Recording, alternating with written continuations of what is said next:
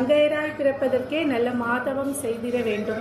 அந்த மாதிரி ஒரு தவம் செஞ்சு நம்ம இந்த மகளிர் விழாவை கொண்டாட வந்திருக்கோம். இந்த பொருளாளர் அனைவருக்கும் ஒரு பக்கபலமாக இருக்கக்கூடிய என்னுடைய அன்பு தோழிகள் அனைவருக்கும் என்னுடைய மகளிர் தின நல்வாழ்த்துக்கள். இதுக்கு முன்னாடி ஒரு கொஸ்டின், யாராவது ஹோமியோபதி இதுக்கு முன்னாடி எடுத்துருக்கீங்களா? யாராவது எடுத்துட்டு இருக்கீங்களா? கையை கொஞ்சம் நல்லா ரைஸ் பண்ணுங்க, எனக்கு தெரியல. மற்றவங்களுக்குலாம் ஹோமியோபதி நியூ இல்லைங்களா? ஸோ நான் பேசிக்லேருந்து ஆரம்பிக்கிறேன். ஆயுஷ் அப்படின்னு ஒரு டிபார்ட்மெண்ட் இருக்குது. ஆயுஷ் அப்படின்னா A for Ayurveda, yoga, Y for yoga naturopathy, U for Unani, S for Siddha, H for homeopathy. சரிங்களா? இது ஆல்டர்னேட்டிவ் சிஸ்டம் ஆஃப் மெடிசன் அப்படின்னு சொல்கிறாங்க. ஹோமியோபதி பொதுவாக நாட்டு மருந்து, நான் நாட்டு மருந்து சாப்பிட்டேன் அப்படின்னா இது அவங்களுக்கு டிஃப்ரென்ஷியேட் பண்ணவே தெரியல.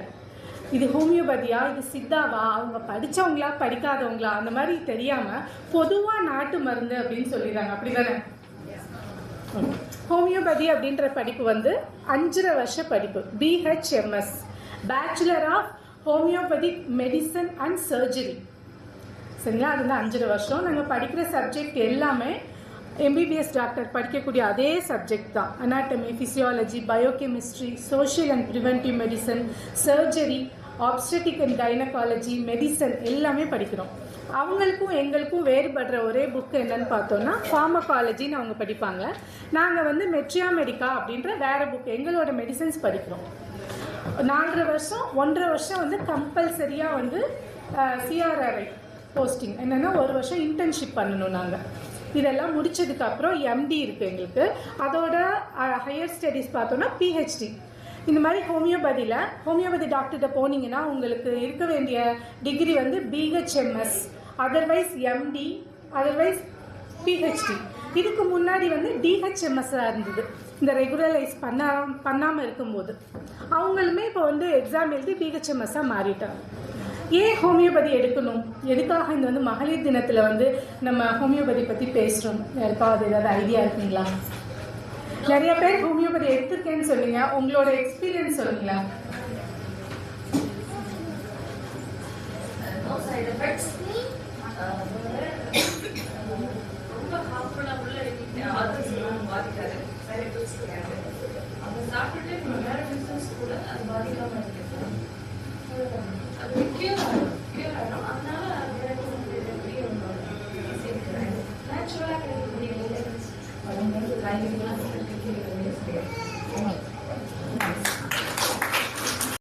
உங்களோட எக்ஸ்பீரியன்ஸை ஷேர் பண்ணுறீங்களா? ஹோமியோபதி மெடிசன்ஸ் எடுத்துட்டவங்க, அதனால பயன்படுறவங்க. ஆக்சுவலாக எனக்கு ரொம்ப டயர்டு, கிட்டத்தட்ட 7 இயர்ஸாக இருக்குது.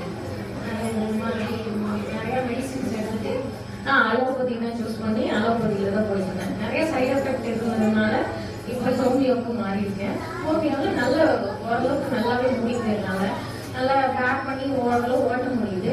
பட் ஆனால் இதில் சைட் எஃபெக்ட் இல்லை அப்படின்றதே பெரிய ப்ளஸ் பாயிண்ட். ஏன்னா அதில் நிறைய சைட் எஃபெக்ட் இருக்குது, இதில் சைட் எஃபெக்ட் இல்லைன்றதே பெரிய plus point.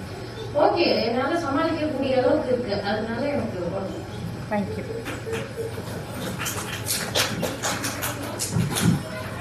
WHO, world health organisation, அவங்க மகளிருக்கு ஏற்படக்கூடிய தொந்தரவுகள் டாப் 10ல் என்னென்ன சொல்லியிருக்காங்க அப்படின்னா, நம்ம ரீப்ரொடக்டிவ் ஏஜ் அப்படின்னு சொல்கிறோம், இனப்பெருக்க வயது, ஒரு 15 வயசுலேருந்து 45 வயசுக்குள்ளே. சரிங்களா? அப்போ வரக்கூடிய கம்ப்ளைண்ட்ஸ், ப்ரெக்னென்சி அப்பையாக இருக்கட்டும், இல்லை குழந்தை பிறப்பாக இருக்கட்டும், அதுக்கப்புறம் குழந்தை பால் குடிக்கிறத நிப்பாட்டினதுலேருந்து, இன்னொன்று ஓல்டர் ஏஜ். இப்போ ஓல்டர் ஏஜ் ரொம்ப வயசாகிடுச்சுன்னா ஆண்களுக்கு இருக்கக்கூடிய ரிட்டையர்டு லைஃப் நமக்கு இருக்கா? இல்லை. ஒரு மைண்ட் வயசும் சரி, மணி வயசும் சரி பாதிக்கப்படுறாங்க. ஸோ அதனால வரக்கூடிய அந்த மறதி நோய், அதுக்கு தேவைப்படுற அந்த மெடிக்கல் கேர் அதெல்லாம் கிடைக்காம சஃபர் ஆகுறது, அது ஒரு கேட்டகரி சொல்லியிருக்காங்க. இந்த மாதிரி பல கேட்டகரிஸ். அது மாதிரி கேன்சர் பார்த்தீங்கன்னா பெண்களுக்கு வரக்கூடிய பிரத்யேகமான கேன்சர், சர்விக்கல், பிரெஸ்ட், அந்த மாதிரி. அப்புறம் ஆட்டோ இம்யூன் டிசீஸ், இவங்க சொன்னாங்க இல்லையா, ருமட்டாய்டு ஆர்த்ரைட்டிஸ் இருக்குன்னு. உடம்புல இருக்க அந்த செல்லே தன்னுடைய உடம்புல இருக்க அந்த விஷயத்த வெளியிலேருந்து ஏதோ வந்துருச்சுன்னு சொல்லிட்டு ஓவராக ரியாக்ட் பண்ணுறது, அந்த மாதிரியான விஷயங்கள். இதெல்லாம் ஒரு டாப் 10 உமன் ஹெல்த்துக்கு வரக்கூடிய ஹசார்ட்ஸ் அப்படின்னு சொல்லியிருக்காங்க. ஸோ ஹோமியோபதி அதுக்கு எப்படி ஹெல்ப் பண்ணுது அப்படின்றத நம்ம பார்க்கலாம். ஏன் முதல்ல ஹோமியோபதி சூஸ் பண்ணணும் அப்படின்னா, இவங்க சொன்ன மாதிரி சைடு எஃபெக்ட் எதுவும் இல்லை, வேறு மெடிசன்ஸ் கூட சேர்ந்து சாப்பிடலாம், ரொம்ப காஸ்ட் எஃபெக்டிவ். இப்போ நீங்கள் மற்ற மருத்துவத்தில் பார்க்குறத விட காஸ்ட் எஃபெக்டிவாக இருக்கும். உங்களால் வந்து இப்போது தைராய்டு ஒரு ஹார்மோனல் டிஸார்டர்ஸ் இருக்குது அப்படின்னா லைஃப் லாங்காக சாப்பிடு அப்படின்ற மாதிரி நாங்கள் என்றைக்குமே சொல்லவே மாட்டோம். ஒரு பேஷண்ட்டுக்கு பார்த்தீங்கன்னா 4 மாதத்தில் சரியாயிடும், சில பேருக்கு வந்து 2 இயர்ஸ் ஆகும். அது டிபெண்ட்ஸ் அப்பான் த பேஷண்ட்டுடைய உடல்நிலையை பொறுத்து. நீங்கள் வந்து இந்த மருந்து ஆரம்பிச்சிங்கன்னா புலிவாலை பிடிச்ச மாதிரி கண்டினியூஸாக நீங்கள் சாகுற வரைக்கும் சாப்பிடணும் அப்படின்ற எந்த ஹோமியோபதி மெடிசனுமே கிடையாது. இப்போது இந்த மருந்தோட சைடு எஃபெக்ட் இது இருக்குது அப்படின்னு சொல்லிட்டு நிறையா மருந்தை மார்க்கெட்லேருந்து தூக்குறாங்க மற்ற சிஸ்டத்தில். எங்கள் சிஸ்டத்தில் 200 வருஷத்துக்கு முன்னாடி கண்டுபிடிச்ச அதே மருந்தை இப்போ வரைக்கும் நாங்கள் யூஸ் பண்ணிட்டு இருக்கோம். அதோட சைடு எஃபெக்ட் இருக்குது, அதனால இந்த பேஷண்ட்டுக்கு இப்படி ஆயிடுச்சு அப்படின்ற மாதிரி எந்த மருந்தையுமே தடை செய்யப்படலை. குழந்தைங்களுக்கு பார்த்தீங்கன்னா அம்மா மறந்தா கூட குழந்தை வந்து ஆட்டோமேட்டிக்காக அம்மா மருந்து எடுத்துக்கூட அப்படின்னு கேட்கும். ஏன்னு சொல்லுங்கள்? எதுலையுமே வந்து குழந்தை மெடிசனை போட்டோன்னே துப்புறது, வாந்தி எடுக்கிறது, மெடிசனை பக்கத்தில் கொண்டு வந்தாவே அழுகுறது, அது மாதிரி இருக்கும். எங்கள் சிஸ்டத்தில் மட்டும்தான் அம்மாவை வந்து ஞாபகப்படுத்தும் குழந்தை, அம்மா மெடிசன் எடுத்துக்கூட நான் சாப்பிட்றேன் அப்படின்னு. முதல்ல வந்து எல்லாத்துக்கும் அப்போ வெள்ளை வெள்ளையாக கொடுக்குறீங்களே, அப்போ எல்லாத்துக்கும் ஒரே மருந்து தான் கொடுக்குறீங்களா அப்படின்னு ஒரு டவுட் இருக்கா அவங்களுக்கு? இருக்கு. அதுதான், அது வந்து பேஸ். அது ஊற்றுற மருந்துகள் வேற. எப்படின்னா ஒரே மாதிரியான ஒரு ட்ரெஸ்ஸை தைச்சிட்டு நாங்கள் எல்லாத்துக்கும் அதே ட்ரெஸ்ஸை போடுறது கிடையாது, அளவெடுத்து தைக்கிறது மாதிரி. எப்படின்னா இப்போ ருமட்டாய்டு ஆர்த்ரைட்டிஸ்னு ஒருத்தவங்க வராங்கன்னு வச்சுக்கோங்க, எனக்கு படி ஏறும்போது மட்டும்தான் கஷ்டமா இருக்கு, ஸ்டெப்ஸ் ஏறும்போது எனக்கு காலை வந்து கிராக் சவுண்டு கேட்குது அப்படின்னு சொன்னால் அவங்களுக்கு வேற மருந்து. எனக்கு வந்து இப்படி இப்படி திருப்பினாவே எனக்கு பின்னாடி முதுகுல இருந்து ஒரு சட்டம் வருது டாக்டர் அப்படின்னு சொன்னாங்க, அது அவங்களுக்கு வந்து வேற மருந்து. இப்போ பெண்கள் அப்படின்னு எடுக்கும்போது ஒரு பியூபர்ட்டிலேருந்து ஆரம்பிக்கும். 16 வயசு ஆயிடுச்சு, 17 வயசு ஆயிடுச்சு, என் குழந்தை இன்னும் வந்து ஃபர்ஸ்ட் மென்சஸ் அவங்களுக்கு வரல, ஹார்மோன் இஷ்யூஸ் இருக்கு அப்படின்னு வந்தா அதுக்கும் நிச்சயமா டிலேடு ஃபர்ஸ்ட் மென்சஸ் அப்படின்னு சொல்லிட்டு மெடிசன்ஸ் இருக்கு. எனக்கு பீரியட் ஆகும்போதெல்லாம் வயிறு வலிக்குது டாக்டர், எப்போதுமே அவன் வந்து லீவ் போடுறா, அப்படியே உருள்றா, அப்படியே கரகர உருள்றா, அவளை வந்து பீரியட் ஆனவே பார்க்கவே முடியாது, அவ்வளோ கோவப்படுறா, அதுக்கும் மெடிசன்ஸ் இருக்கு. அப்போ அதுக்கப்புறம் அடுத்த ஸ்டேஜ் பார்த்தோம்னா கல்யாணம் பண்ணி குழந்தை அந்த மாதிரி வரும்போது அபார்ஷன் பார்த்தீங்கன்னா கன்சீவ் ஆயிடுறாங்க, ஆனால் கன்சீவ் ஆகிட்டு அதுக்கு அபார்ஷன் ஆகிடுறாங்க. ஹேபிச்சுவல் அபார்ஷன் அப்படின்னு ஒரு டேர்ம் இருக்கு. கன்சீவ் ஆகிடுவாங்க, ஃபுல் டேர்மாக அவங்களால ப்ரெக்னென்சியை வந்து கண்டினியூ பண்ணவே முடியாது. சில பேர் பார்த்தோன்னா அந்த ப்ரெக்னெண்ட்டாக இருக்கும்போது ஒரு பயம், ஏதாவது ஒரு பார்த்து பயப்படுறது, அந்த மாதிரி அந்த ஷாக்கான ஒரு நியூஸ் கேட்டாவே உடனே அவங்களுக்கு அபார்ஷன் ஆகிடுறது, அந்த மாதிரி தன்மை இருக்கா, அதுக்கும் வந்து மெடிசன்ஸ் இருக்கு. 3rd மந்த்ல எவ்ரி 3rd மந்த்ல எனக்கு வந்து அபார்ஷன் ஆயிடும் அப்படின்னு இருக்காங்களா, அவங்களுக்கும் மெடிசன் இருக்கு. 6 மாசம் வரைக்கும் கண்டினியூ ஆகுது, அதுக்கப்புறம் வந்து எனக்கு குழந்தையோட மூமெண்டே தெரியல அப்படின்னு வந்து ஸ்டாப் ஆயிடுது, ஆனா பார்க்கும்போது உள்ளுக்கு எல்லாமே லைஃபா இருக்கு, ஆனா வெளியே எனக்கு தெரியல, எனக்கு வந்து அந்த குழந்தையோட இதே தெரியல அப்படின்னா அதுக்கும் மெடிசன்ஸ் இருக்கு. குழந்தை வந்து பொசிஷன் மாறி இருக்கு, கால் தான் முன்னாடி நீட்டிட்டு இருக்கு, கை தான் முன்னாடி நீட்டிட்டு இருக்கு, சுகம் பேசுறதுக்கு வாய்ப்பே இல்லை, ஃபால்ஸ் பொசிஷன் அப்படின்னு மால் பொசிஷன் அந்த மாதிரிலாம் சொல்லுவாங்க, அதுக்கும் ஹோமியோபதியில மெடிசன்ஸ் இருக்கு. சரி, அடுத்து குழந்தை பிறக்க போறாங்க, சைல்டு பர்த், அந்த இதுல வந்து ரொம்ப ஸ்லோவா தாங்க எங்களுக்கு பெயின் வருது, ஃபால்ஸ் பெயின், பொய் வலின்னு சொல்லுவாங்க, அடிக்கடி வலிக்கும், நம்ம கூட பயப்படுவோம் இல்லையா, அந்த மாதிரி வலி இருக்கு. ப்ரெக்னன்சி எப்போ வந்து அவங்களுக்கு நெஞ்சு எரிச்சல் இருக்கு, அப்ப நமக்கே ஒரு பயம் இருக்கும் இல்லையா, இவங்க வந்து ப்ரெக்னெண்டா இருக்காங்க, நம்ம மெடிசன் கொடுக்கலாமா, குழந்தைய போய் பாதிச்சிடாதா அப்படின்னா எங்க மெடிசன் அப்படி கிடையவே கிடையாது. ப்ரெக்னெண்டா இருக்கவங்க தாராளமா சாப்பிடலாம், பால் கொடுக்குறவங்க தாராளமா சாப்பிடலாம்.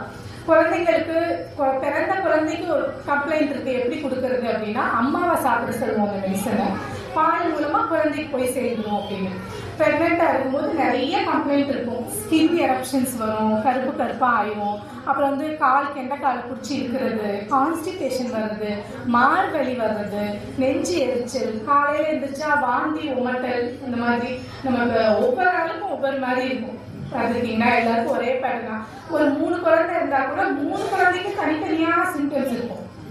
ஃபர்ஸ்ட் குழந்தைக்கு எனக்கு இது மாதிரி இருந்தது இல்லைங்க, ரொம்ப புளிப்பு ரொம்ப பிடிச்சிருந்தது அப்படின்னா, அந்த குழந்தை பிறந்ததுக்கு அப்புறம் பார்த்தோம்னா அந்த குழந்தைக்கு அந்த புளிப்பு சுவை ரொம்ப பிடிச்சிருக்கும். அந்த குழந்தைய நம்ம சுமக்கும் போது அதோட எனர்ஜி வந்து நமக்கு பாஸ் ஆகிட்டு நமக்கு அந்த மாதிரி ஒரு புளிப்பு தன்மை ரொம்ப பிடிக்கிறது. இதுக்கு முன்னாடி நான் புளிப்பு சாப்பிட்டதே இல்லை, ஆனால் வந்து இப்போ எனக்கு ஃபர்ஸ்ட் குழந்தை மாசமா இருக்கும்போது எனக்கு வந்து புளிப்பு ரொம்ப பிடிச்சிருந்தது அப்படின்னு. அப்போ கான்ஸ்டிபேஷன் வரும், நெஞ்சு எரிச்சல், அந்த உமட்டல் எல்லாத்துக்குமே ஹோமியோபதியில் மெடிசன்ஸ் இருக்குது. அதுக்கப்புறம் சைல்டு பர்த் சொன்னாங்க இல்லையா, அப்போ வந்து ரொம்ப வந்து வலியே வரல, ஆஸ் வந்து ரொம்ப டைலேட் ஆகலை, அந்த மாதிரி என்னென்ன கம்ப்ளைண்ட் இருக்கோ அதுக்குமே மெடிசன்ஸ் இருக்குது.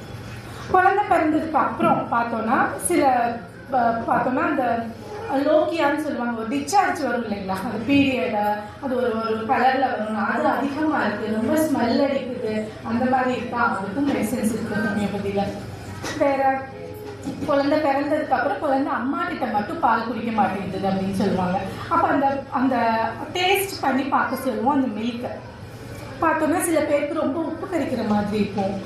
அதற்கு அந்த சுவையை மாற்றுறதுக்கு கூட வந்து ஹோமியோபதியில் மெடிசன்ஸ் இருக்குது. பால் சரியாகவே சுரக்க மாட்டேங்குது, இல்லைன்னா ரொம்ப பையன் குடிக்காட்டி கூட அதை பார்த்து சுரந்துக்கிட்டே இருக்குது, கீழே சொட்டாக ஒழுகுது, அந்த மாதிரி இருக்கிறதுக்கும் மெடிசன்ஸ் இருக்குது. ஸோ ஹோமியோபதி எப்படி வேலை பார்க்குது அப்படின்னு பார்க்கும்போது, உங்களுக்கு இப்போ வயிற்றால போகுது, ஒரு டைரியா போகுதுன்னா அதை நிப்பாட்டுறதுக்கான மெடிசன் அப்படிதான் மற்ற சிஸ்டத்தில் ஃபாலோ பண்ணியிருப்பாங்க. எங்கள் இதில் எப்படின்னா, உன்னுடைய வைட்டல் ஃபோர்ஸ் அப்படின்ற உயிர் ஆற்றலில் இருக்கக்கூடிய ஒரு இம்பேலன்ஸ், சமான நிலை இல்லாமல் இருக்கிறது.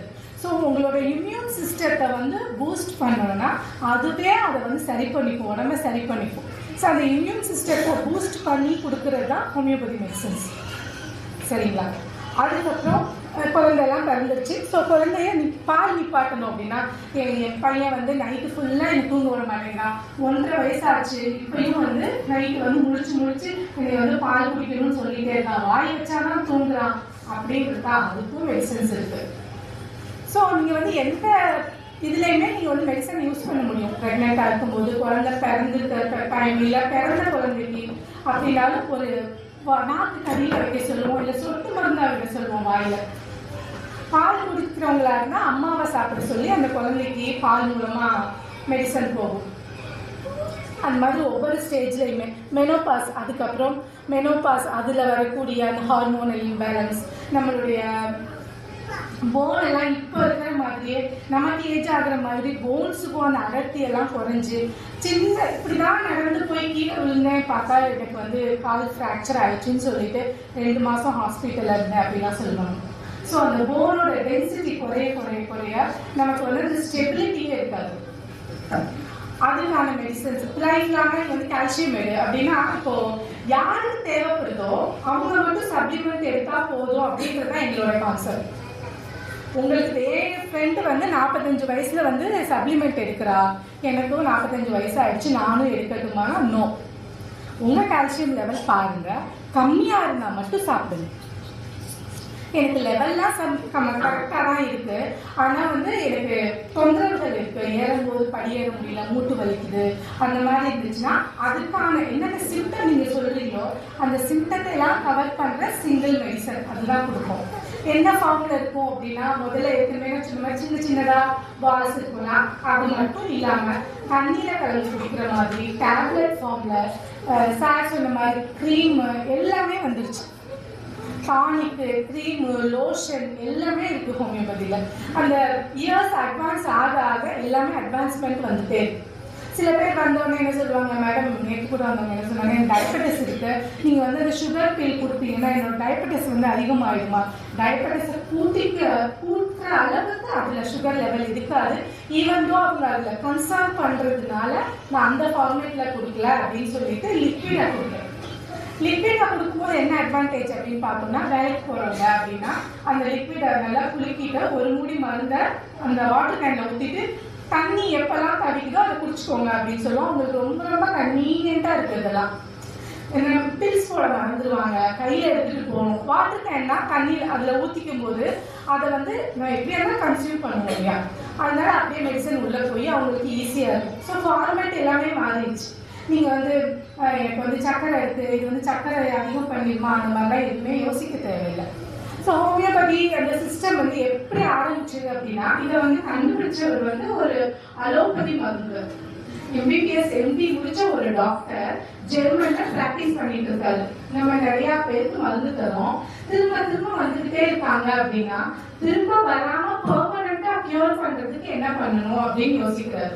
அவருக்கு வந்து ஒரு 10க்கு மேற்பட்ட லாங்குவேஜஸ் தெரியும். ஸோ ஒரு லாங்குவேஜ்ல இருந்து இன்னொரு லாங்குவேஜ் அந்த ஒரு புக்கை வந்து டிரான்ஸ்லேட் பண்ணும்போது அப்போ வந்து அந்த சிக்கோனா அப்படின்ற மருந்து வந்து மலேரியாவை குணப்படுத்துது அப்படின்றத பார்க்குறாரு.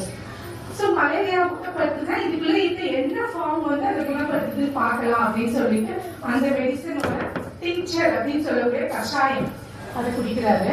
அப்போ மலேரியா வந்தா அவருக்கு என்னென்ன சிம்டம் இருக்குமோ அது எல்லாமே ஒரு உடம்புல வருது. ஸோ பேசிக்கா வைரத்தால அறுப்பாங்க அப்படின்னு கேள்விப்பட்டிருக்கீங்களா?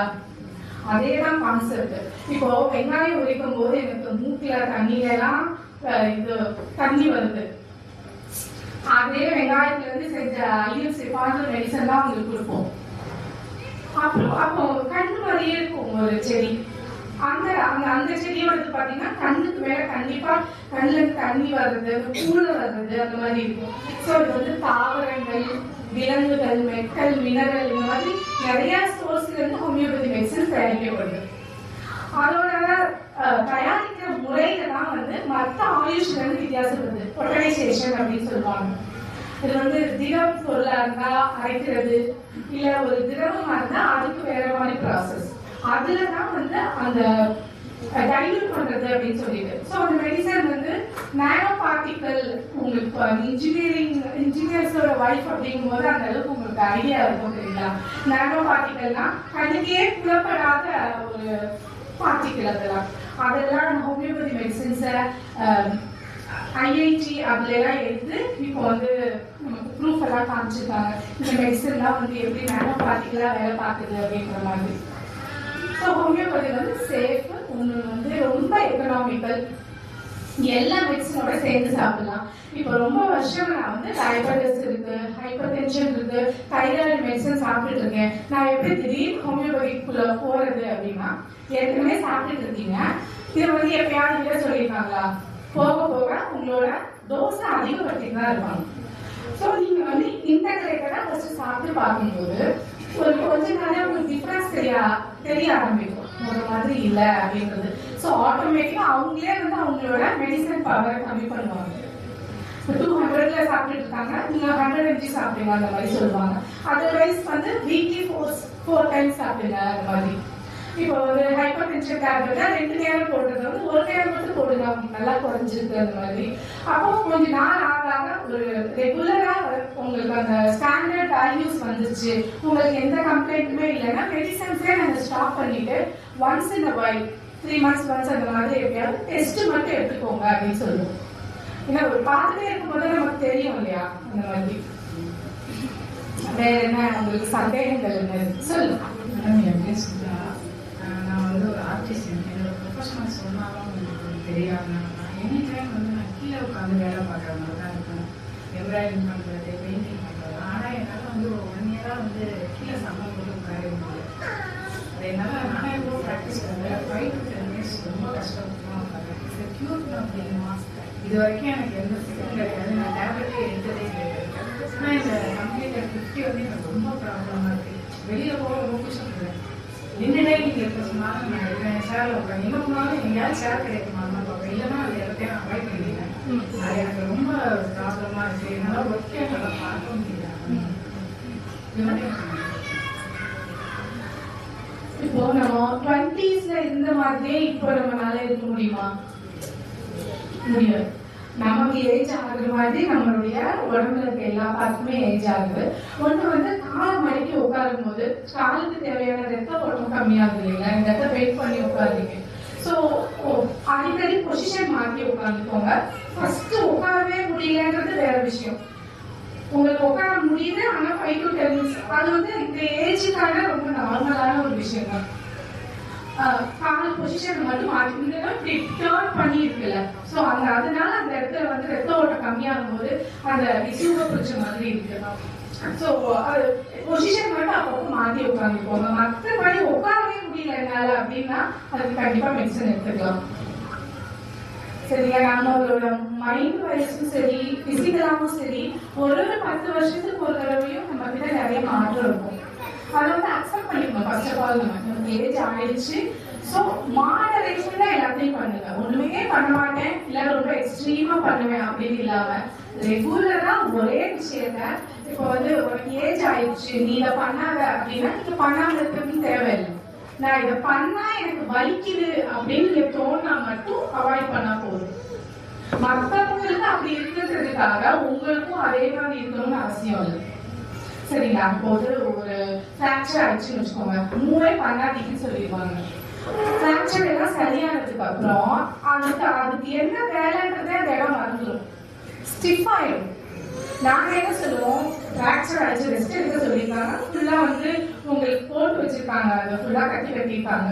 ஆனாலும் கையில உங்களோட மூவ்மெண்ட், சின்ன சின்ன மூவ்மெண்ட், வலி இல்லாத பட்சத்துல சின்ன சின்ன மூவ்மெண்ட் பண்ணியிருந்தாதான் இதுதான் என்னோட வேலைன்றதை ஞாபகம் வச்சிருக்கோம் இல்லையா? அதனால உங்களுக்கு வலி பிரச்சனை வர்ற வரைக்கும் இந்தியன் டாய்லெட்ல போகாத, வாக்கிங் போகாத, வயசாயிடுச்சு இதை பண்ணாத அதை பண்ணாத, உங்களுக்கு என்ன பண்ண பிடிக்குதோ என்ன பண்ண கம்ஃபர்டா இருக்கோ அதெல்லாம் கட்டாயமா பண்ணுங்க. சரியா? அப்புறம் ஒரு கட்டத்துக்கு மேல அந்த போன் அடர்த்திலாம் குறைஞ்சிரும்னு சொன்னேன். அப்போ வந்து ராகி, அந்த மில்லட் வகைகள் உங்களுக்கு என்ன பிடிக்குதோ அதெல்லாம் சேர்த்துக்கோங்க. அப்புறம் வந்து அந்த பெரண்டை துவையல் அதெல்லாம் எடுத்துக்கோங்க. கம்பு, ராகி அது எல்லாமே சாப்பிடுங்க. பால் குடிக்கிறவங்களா இருந்தா பால் குடிங்க. அவங்க குடிக்கிறாங்க நான் குடிக்கணுமா அப்படி இல்லை, உங்களுக்கு பிடிச்சிருந்தா அந்த கையில செய்யல. பால் குடிக்காத தயிர் தான் குடிக்குமா, தயிர் சேர்த்துக்கோங்க.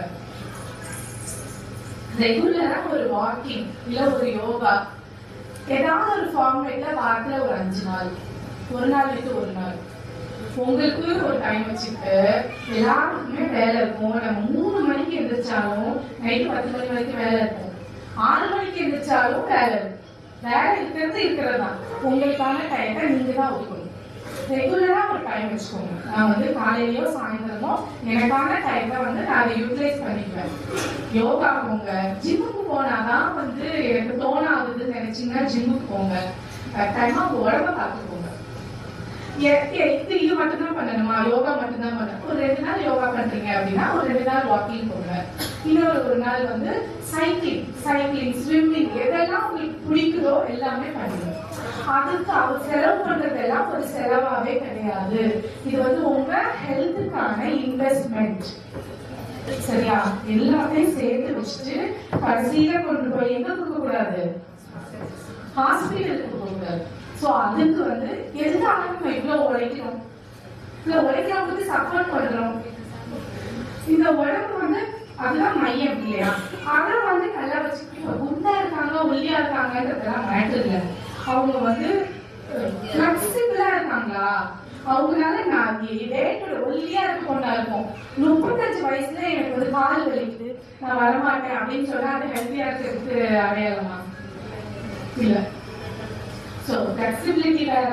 ஸோ என்ன செய்யணும், கை கால் எல்லாத்தையுமே சும்மா வாக்கிங் போகும்போதே கூட கால் எப்படி பண்றது, கையை எப்படி ஆட்டுறது எல்லாமே பண்ணிக்க. எல்லாம் ஒரு ஜாயிண்ட்டுக்குமே வேலை கொடுத்தாதான் ஜாயிண்ட் உணரும். ஓகே இதெல்லாம் என்னோட வேலை, நான் வந்து ஆக்டிவா இருக்கணும், ஆக்டிவா இருக்கா அப்படின்னு சொல்லிட்டு சொல்லுங்க. இல்ல அந்த பைஸ் நாங்க வந்து அடிக்கடி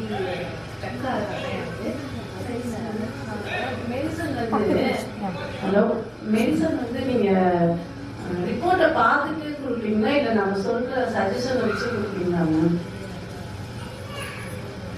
ஈவன்தோ எங்களுக்கு வந்து இப்ப நான் டெஸ்ட் கொடுத்துருக்கேன், டெஸ்ட் கொடுத்துட்டு என்ன ரிப்போர்ட் வரல அப்படின்னா கூட நீங்க சொல்ற சிம்டத்தை வச்சு எல்லாரும் மெடிசன் கொடுக்க முடியும். நாங்க வந்து பேஸ்ட் அப்பான் டயக்னோசிஸ் மட்டும் நாங்க கொடுக்கறது இல்லை. அதான் முன்னாடியே சொன்னேன். இப்ப எனக்கு வந்து தலைவலிக்குது, மொத்த தலைவலி வர்ற எல்லாத்துக்குமே ஒரே மெடிசன் கிடையாது. ஒத்த தலைவலி இருக்கு மேடம், எனக்கு தலைவலி வரும்போது நான் போய் ரூமுக்குள்ள போய் கதவை சாத்திட்டு இருட்டுக்குள்ள படுத்தாதான் எனக்கு நல்லா இருக்கு அப்படின்னு சொன்னா அவங்களுக்கு வேற மெடிசன் கொடுப்பேன்.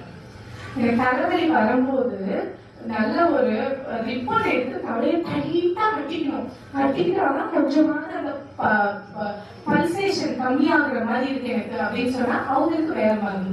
ஸோ டயக்னோசிஸ் வந்து எப்படி குணமாயிருக்கு, என்ன தொந்தரவு இருக்கு, இன்னும் ஒரு 3 மாசம் கழிச்சு ரிப்போர்ட் பார்க்கும்போது எப்படி இருக்கு, அந்த வகையில தான் எங்களுக்கு ஹெல்ப் பண்ணும்.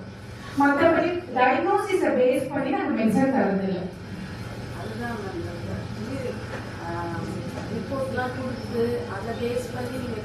நீங்க ரிப்போர்ட் எடுக்கிறது வந்து இப்போ முதல் எவ்வளவு வேல்யூ இருந்துச்சு, இப்போ எவ்வளவு வேல்யூ இருக்கு, வேற ஏதாவது நம்ம கான்சென்ட்ரேட் பண்ணாம விட்டுட்டோமா, இப்போ வந்து கொலஸ்ட்ரால் லெவல் முதல் அதிகமா இருக்கு அப்படின்னா அந்த மாதிரி இருக்குதான் போய் எடுத்துட்டு வர சொல்லுவோம். தேவையான டெஸ்ட் மட்டும்தான். மற்ற சிஸ்டம்லயோ இல்ல மற்றதுல இருக்கிற மாதிரியோ இல்ல இந்த டெஸ்ட்டை ஃபாலோ பண்ணி இத்தனை டெஸ்ட்டை எடுத்துட்டு வா அவங்க எந்த ஹோமியோபதி டாக்டரும் சொல்லவே மாட்டாங்க. அதே மாதிரிதான் பத்தியமும், இந்த மெடிசன் இது சாப்பிடக்கூடாது அப்படின்னு நிறைய பத்தியம்லாம் இருக்கும். எங்க இதுல வந்து இப்ப நக்ஸோபிக்கான ஒரு மருந்து இருக்குன்னு வச்சுக்கோங்க, அது சாப்பிட்டு நான் எனக்கு தெரியும் நான் என்ன மெடிசன் குடிச்சிருக்கேன் அப்படின்னு. ஸோ இதுக்கு வந்து காஃபி குடிக்காதீங்கன்னு சில பேருக்கு சொல்லுவேன். ஸோ ஹோமியோபதி மெடிசன் எடுத்தாவே காஃபி குடிக்க கூடாதா அப்படின்னா அப்படி கிடையாது. எல்லா மருந்துக்கும் அப்படி இல்லை. கேப் மட்டும் சொல்லுங்க. நைட்டு தூங்குறப்போ அந்த மெடிசன் சாப்பிட்டீங்கன்னா நைட் வயிற்றுல ஒண்ணுமே இருக்காது. ஏர்லி மார்னிங் தான் இந்த மெடிசன் எடுக்கணும் அப்படின்னா எனக்கு ஒரு 40 நிமிஷம் எதுவும் சாப்பிடாதீங்க மெடிசன் சாப்பிட்டதுக்கு அப்புறம் அப்படின்னு சொல்லுவேன். அதே மாதிரி நான்வெஜ்ஜும் அப்படிதான். நான்வெஜ் வந்து இப்போ சில பேருக்கு அந்த மீட் எல்லாம் சாப்பிட்டா எனக்கு மூட்டு வலி உடனே வந்துருது அப்படின்னு சொன்னாங்கன்னா உங்களுக்கு எது ஒத்துக்கலையோ அதை வந்து இந்த மெடிசன் சாப்பிடும் போது கொஞ்ச நாள் அதை நிப்பாட்டி வைங்க. எனக்கு வந்து என்னன்னா சில பேர் கூல்ட்ரிங்க்ஸ் குடிச்சிட்டேன் மேடம், அப்ப வந்துதான் தொண்டை வலி அப்படின்னா கொஞ்ச நாளைக்கு இந்த மெடிசன் ஒரு 2 months வரைக்கும் அந்த கூல்ட்ரிங்க்ஸ் கொடுக்காதீங்கன்னு சொல்லுவோம். அதுக்கப்புறம் நாங்களே சொல்லுவோம் இப்ப குடிச்சு பாருங்க இப்ப எப்படி இருக்கு, முதல் மாதிரியே அந்த த்ரோட் பெயின் வருதா என்னன்னு பாருங்கன்னு சொல்லுவோம். எல்லாருக்கும் நீ நான்வெஜ் அவாய்ட் பண்ணு. சில பேர் வந்து பேசிக்காவே ஒரு வாரத்துல 4 தடவை நான்வெஜ் சாப்பிடுறவங்களா இருப்பாங்க. இந்த டாக்டர்கிட்ட போனாவே எனக்கு வந்து நான்வெஜ் சாப்பிட வேணாம்னு சொல்லிடுவாங்கன்னு சொல்லிட்டு அப்புறம் வரவே மாட்டாங்க என்கிட்ட வர்றாங்க வரலன்றது 2வது விஷயம். ஆக்சுவலா நாங்க வந்து இது சாப்பிடாத அதை சாப்பிடாதது இப்போ வந்து டிசீஸை பொறுத்து இப்ப நீங்க வந்து லிவர் ப்ராப்ளத்தோட வரீங்க அப்படின்னா கொஞ்ச நாளைக்கு வந்து ரொம்ப கொழுப்புள்ள உணவு, வறுத்த உணவு அந்த மாதிரி எதுவும் சாப்பிட வேண்டாம், லைட் ஃபுட்டா எடுத்துக்கோங்க. கொஞ்சம் லிவர் நம்ம சரி பண்ணிட்டு அதுக்கப்புறமா நம்ம கொஞ்சம் கொஞ்சமா சேர்த்துக்கலாம். அது வரைக்கும் வந்து லிவருக்கு ரொம்ப கஷ்டம் கொடுக்காதீங்க அப்படின்னு. மெடிசன் அப்படின்னா சில மெடிசனுக்கு நாங்க சொல்லுவோம் இது எடுத்துக்காதீங்க, இது இந்த மெடிசனோட எஃபெக்டா முறிச்சிரும், அதனால அதை எடுத்துக்காதீங்க அப்படின்னு சொல்லிட்டு. வேற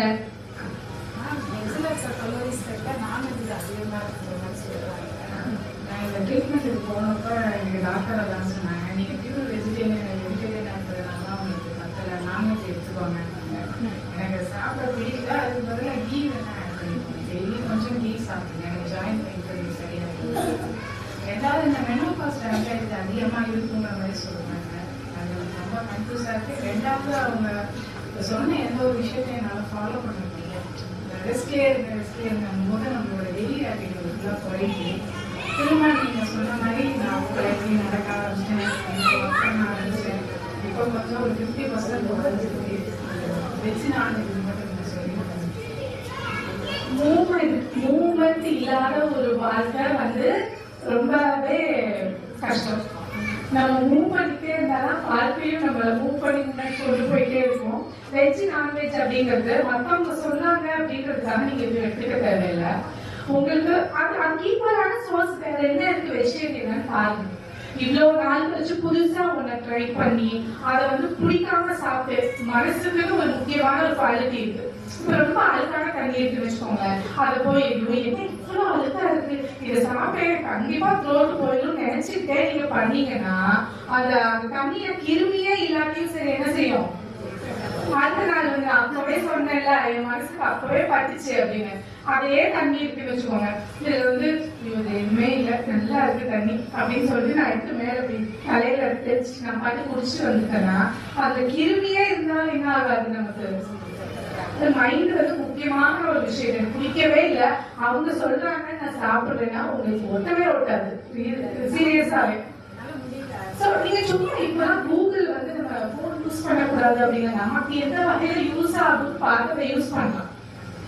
இப்போ என்னோடதுலாம் காக்கியாணி சேகர் ஒரு யூடியூப் சேனல் வச்சிருக்கேன். என்னன்னா எனக்கு வியூவர்ஸ் வரணும், எனக்கு அதுல இருந்து பணம் சம்பாதிக்கணும், அதெல்லாம் மேட்டரே இல்லை.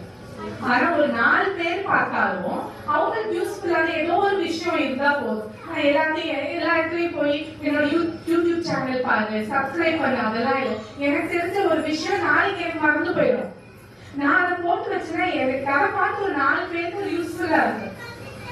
அதுக்காக தான். ஸோ நீங்க கூகுள்ல போயிட்டு இதுக்கு ஈக்குவலா இருக்க ப்ரோட்டீன் ரிச் ஃபுட் என்னது, எனக்கு தெரிஞ்சு அந்த மில்லட் மேன் அப்படின்னு சொல்லிட்டு அந்த பெங்களூர்ல செட்டில் ஆயிருக்காரு. அவர்லாம் வந்து அவரு பேசிவா ஒரு சயின்டிஸ்ட். மில்லட் அந்த அவங்களோட பொண்ணு வந்து ஹோமியோபதி டிஹெச்எம்எஸ். 2 பேரும் சேர்ந்து ஒரு 3 நாள் கேம்ப் எல்லாம் போடுறாங்க.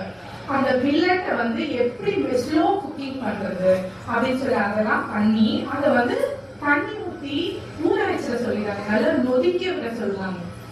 சில கண்டிஷனுக்கு இந்த கண்டிஷனுக்கு இந்த மில்லட் சொல்லி வச்சிருக்காங்க அந்த சிறுதானியங்கள். அப்போ அதுலயே கியூர் பண்றதுல இருக்க லைஃப் ஸ்டைல் டிசார்டர்ஸ் அப்படின்லாம் இருக்குல்ல, அதெல்லாம் வந்து டயபெட்டிஸ், ஹைப்பர் டென்ஷன், கேன்சர், அதுக்கு எவ்வளவு மெடிசன் சாப்பிட்டு உணவு வகையில வந்து நம்ம சேஞ்சே பண்ணல அப்படின்னா வேலையே செய்யாது. இல்லைன்னா லைஃப் லாங்கா மெடிசன் எடுத்துட்டே இருக்க வேண்டியதான். அது மாதிரி நீங்க அவங்க சொல்றது மாதிரி ஈக்குவலா வேற என்ன ஃபுட் இருக்குன்னு கேட்கணும். நம்ம நிலக்கடலை, அப்புறம் வந்து பன்னீர்.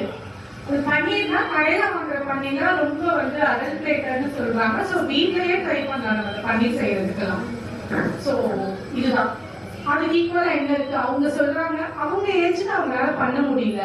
ஸோ என்னை மாதிரிதான் மற்றவங்க இருப்பாங்க அப்படின்ற இதுல வந்து நான் சொல்றேன், உனக்கு வயசாயிடுச்சு, நானும் இப்படிதான், எனக்கு வயசாயிடுச்சு, என்னால பண்ண முடியல, நீயும் பண்ணாத, கீழே விழுந்துருவ. அவங்களுக்கு சொல்றது வந்து அந்த கன்சர்ன்ல சொல்றாங்க, நம்ம விழுந்துட்டோம், அவளும் விழுந்துடக்கூடாது. ஆனா உங்க உடம்பும் அவங்க உடம்பும் ஒரே ஒண்ணு கிடையாது இல்லையா?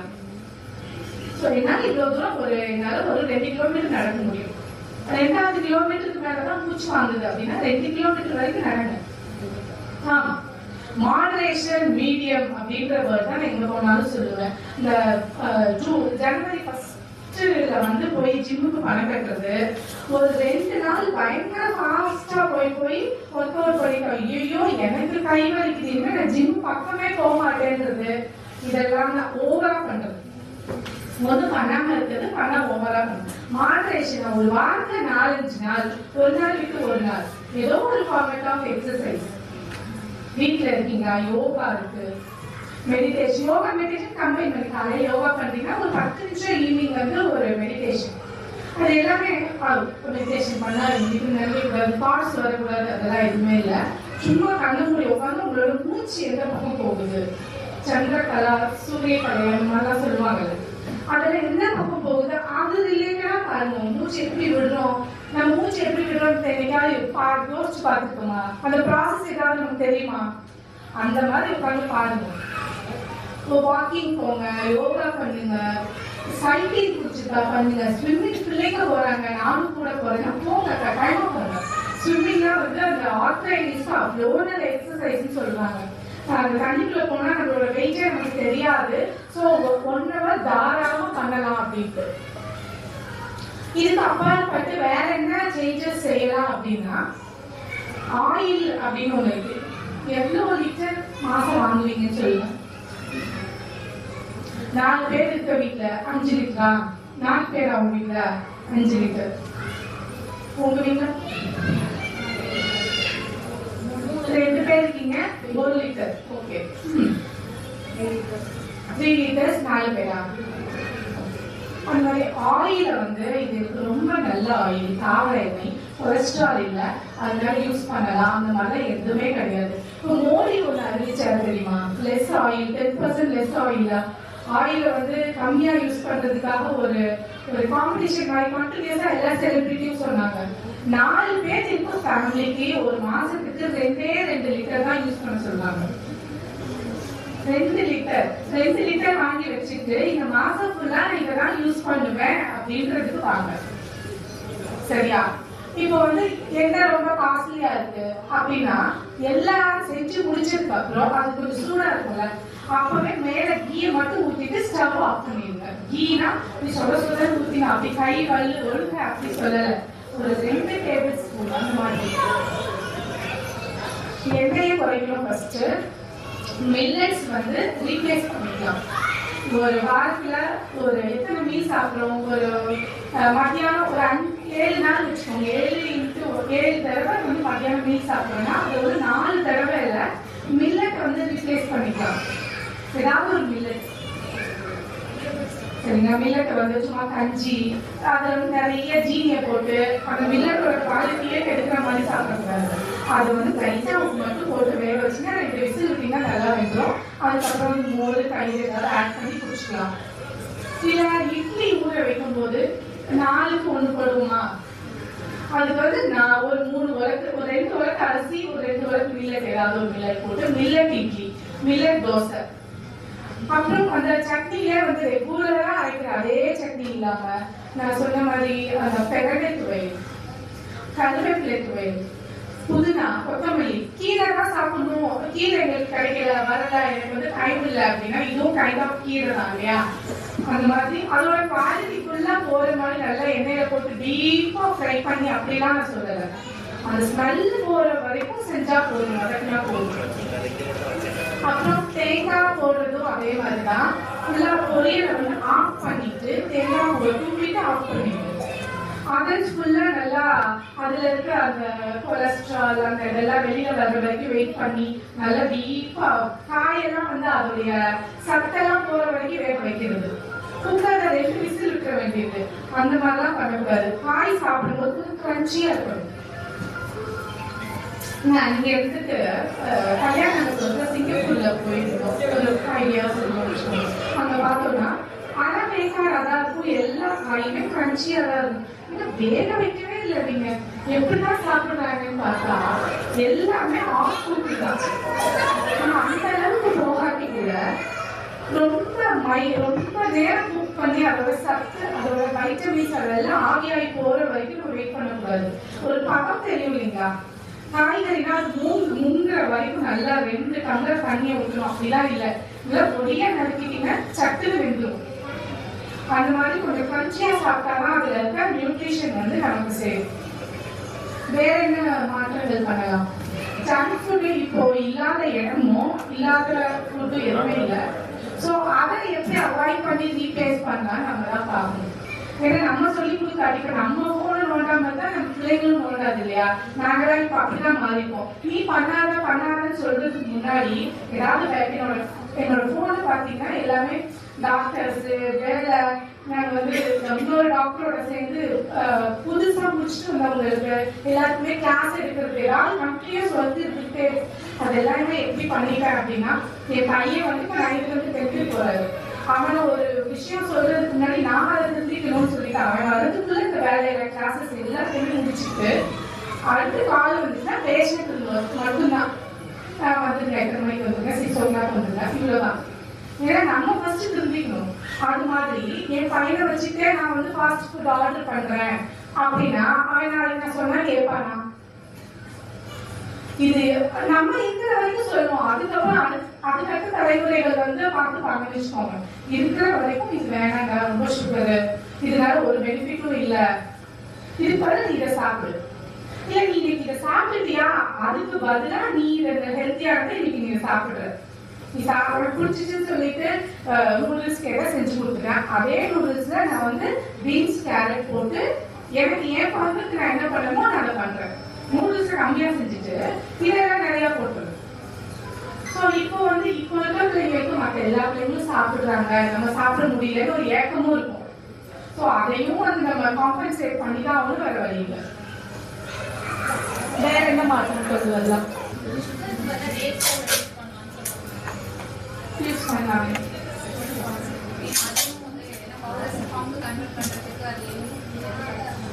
எதுவுமே வந்து இப்போ நான் வந்து ஒயிட் சுகர் யூஸ் பண்ணல, நான் வந்து பாம் சுகர் தான் யூஸ் பண்றேன், நான் வந்து கருப்பட்டி தான் யூஸ் பண்றேன் அப்படின்னா அது வந்து இதோடைய டேஸ்ட் தரத்துக்கு இதுல 1 ஸ்பூன்னா அதுல 2 ஸ்பூன் வேணும். அதுக்காக நான் 2 ஸ்பூன் எடுக்கிறேன். ஏதாவது பிரயோஜனம் இருக்கா? 2மே கலர் வைஸ் ஒன்றாதான் இருக்கும். ஸோ ஒரு லைட்டா எனக்கு அந்த டேஸ்ட்டை மட்டும் மாறினா போதும் அப்படின்னா கொஞ்சமா சேர்த்துக்கிறது தப்பே இல்லை. டேஸ்ட் சிரப்போ இல்லை வந்து நாட்டு சக்கரை பாம் சுகர் எதுவாக இருந்தாலும் சரி அளவாக வச்சுக்கோங்க. அளவாக வச்சுட்டு அந்த அளவு மட்டும் போட்டிங்கன்னா ஓகே தான். இல்லை எனக்கு அந்த அளவுக்கு ஸ்வீட் வேணும்னு சொல்லி நிறைய போட்டோம்னா அதோட பெனிஃபிட்டே இல்லை.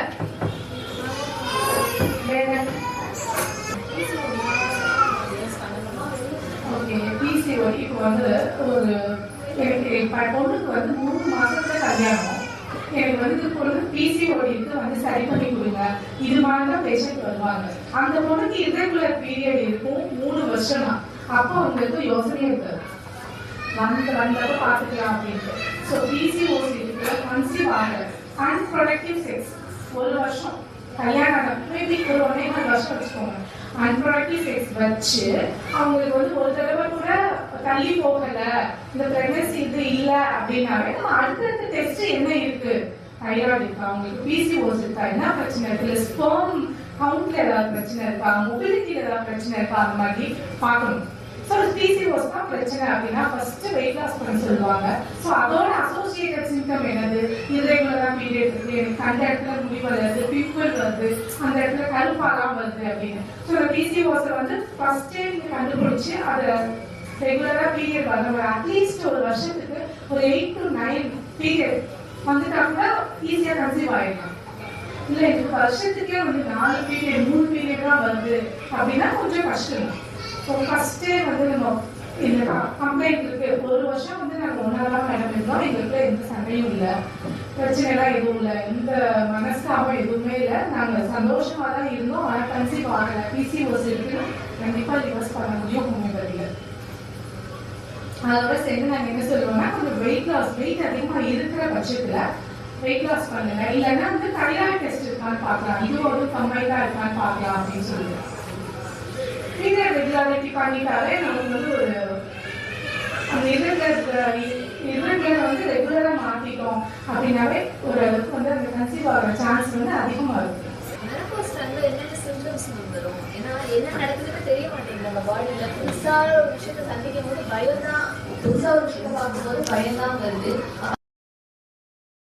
வலி வருது அப்படிங்கிறது அவேர்னஸ் சொன்னீங்கன்னா நல்லா இருக்கும்.